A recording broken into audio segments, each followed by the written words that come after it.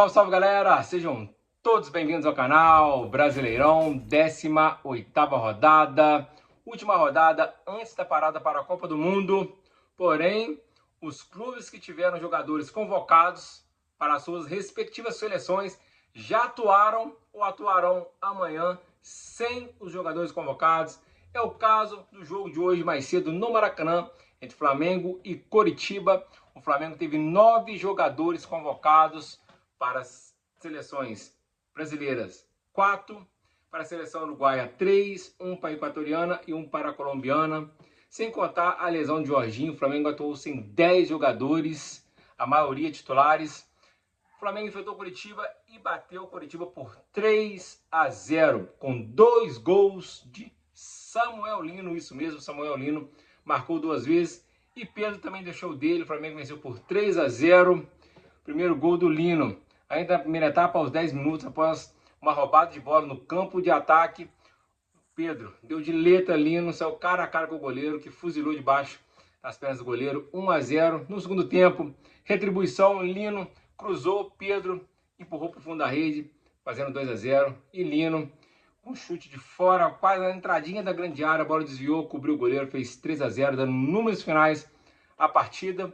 O Flamengo, com a vitória, foi a 34 pontos, com o mesmo número de jogos do líder Palmeiras, que tem 38, o Flamengo tem 4 pontos a menos que o líder Palmeiras. O Palmeiras jogará amanhã contra a Chapecoense, atuando em São Paulo. Pode ampliar, mas aí ficará com um jogo a mais. O Flamengo tem um jogo a cumprir contra o Mirassol, sem data marcada.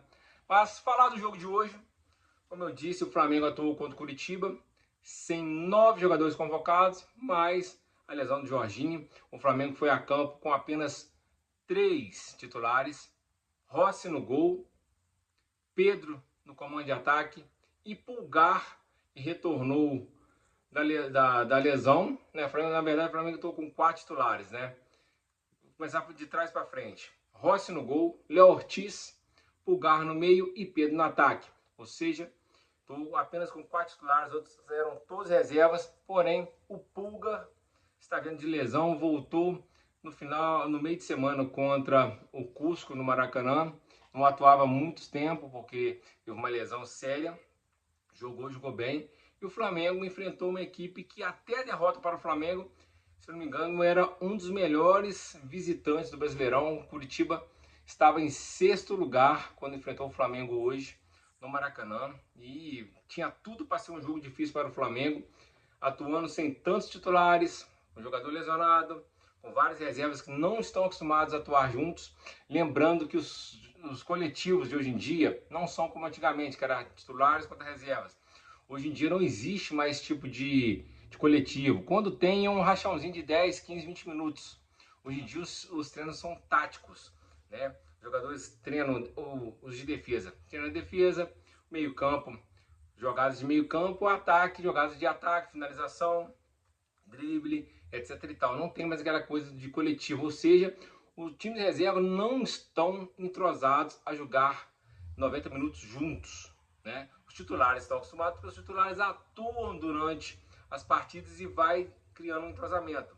Ou seja, do time que foi a campo, com Rossi no gol, lateral direito, Emerson Royal, dupla de zaga, Léo Ortiz e Vitão. E na lateral esquerda, Ayrton Lucas.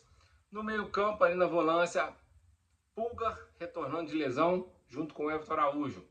Mais à frente, sem nenhum meio campo nato, veio Lino, Bruno Henrique, Luiz Araújo e no comando de ataque, Pedro, né? Mas configurando ali, o Luiz Araújo e o Lino vinham buscar um pouco mais a bola no meio, mas sem nenhum cacuete para armar o jogo.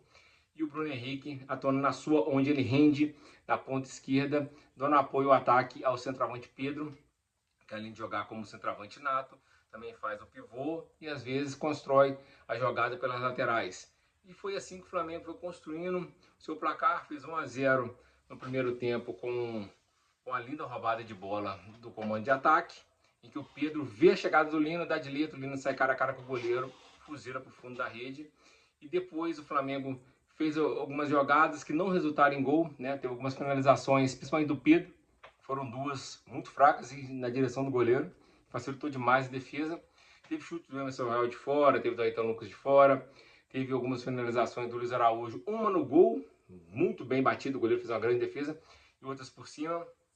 E já no final da primeira etapa veio um lance crucial, foi a expulsão do jogador do Curitiba, que deu uma entrada, uma solada por cima, a bola estava longe do zagueiro Vitão, ele já tinha dado o tapa, quando o jogador do Curitiba vem por cima, pega a trava de chuteira, rasga atrás dali da coxa, né, a famosa panturrilha ou batata da perna, rasga com a trava de alumínio.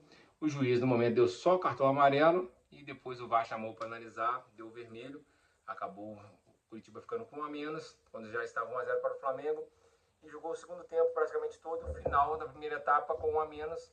Ainda tentou ensaiar um contra-ataque aqui, outro lá, mas sem muita chance, né? O futebol de hoje em dia, 11 contra 10, é muito difícil. Vide o jogo Flamengo e Palmeiras do final de semana passado, onde o Palmeiras, com 20 minutos com um jogador a mais, onde tinha praticamente mal passava do meio campo, o Flamengo dominava o jogo por completo, e quando ficou 11 contra 10, e também sem contar o do Leonardo Jardim ter soltado o time, deixado o meio campo vazio, facilitou para o Palmeiras.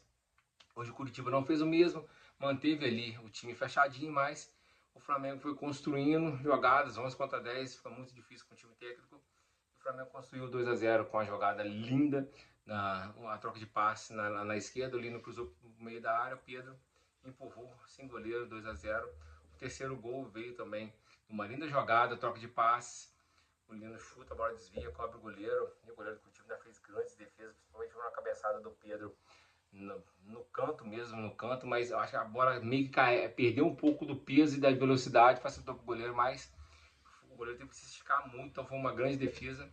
O time atuou bem mesmo, com tantos desfalques, numa rodada que, ao meu ver, não era nem para existir, não só pelo Flamengo, que teve 9 jogadores convocados, mas também por conta do seu rival na disputa pelo título, Palmeiras, que, se eu não me engano, teve 5 ou 6, também não atuarão no jogo de amanhã contra o Chapecoense, que é o último colocado. O Palmeiras é franco favorito, mesmo com desfalques. E outros times também tiveram 1, 2, 3 jogadores convocados. Isso aí empobrece o campeonato, a liga, né? Tira a isonomia, porque clubes que investem para ter os melhores jogadores acaba ficando sem eles em um jogo valendo 3 pontos.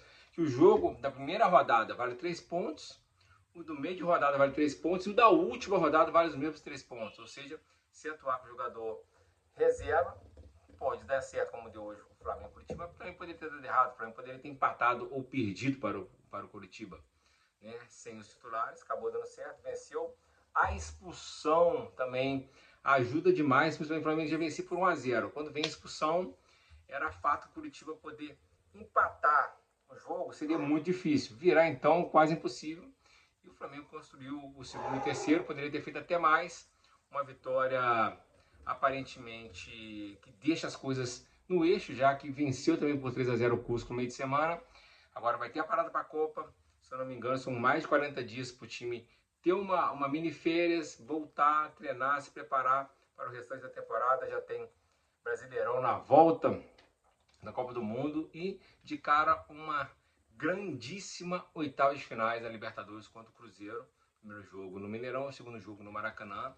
Dois clubes que vêm numa crescente, né? Os dois também oscilam, mas são dois times que têm grandes jogadores e será uma disputa de oitavas de finais muito equilibrada, apesar do Flamengo ter essa sequência de 3 finais de Libertadores, né? 4 finais de Libertadores com 3 títulos e um vice, né? Campanhas irregulares e umas Libertadores, mas sempre estando ali chegando à oitava, quarta de finais. E o Cruzeiro ficou tantos anos na Série B, mas foi reconstruído e agora volta a Libertadores, monta um grande time com um grande investimento do Pedrinho, tem grandes jogadores, tem tudo para ser um grande jogo e não tem favorito, apesar do Flamengo nos últimos, sei lá, de 2016 para cá o Flamengo melhorou muito, principalmente de 19, né? São praticamente 10 anos ali no topo e o Cruzeiro esteve no topo durante um período, em 2019, até engraçado, foi em 2019 que veio a queda do Cruzeiro. Em 2019 o Cruzeiro ficou lá na segunda divisão em 20, 21, 22, só voltou em 23, está retomando nas origens. O Cruzeiro, para mim, é um dos 6 maiores clubes de futebol brasileiro e está voltando ao lugar que merece, que nunca deveria ter saído. Saiu por conta de más administrações e agora tem um confronto pesadíssimo, Flamengo e Cruzeiro. Cruzeiro já nas oitavas, poderia ser muito bem uma final ou uma semifinal.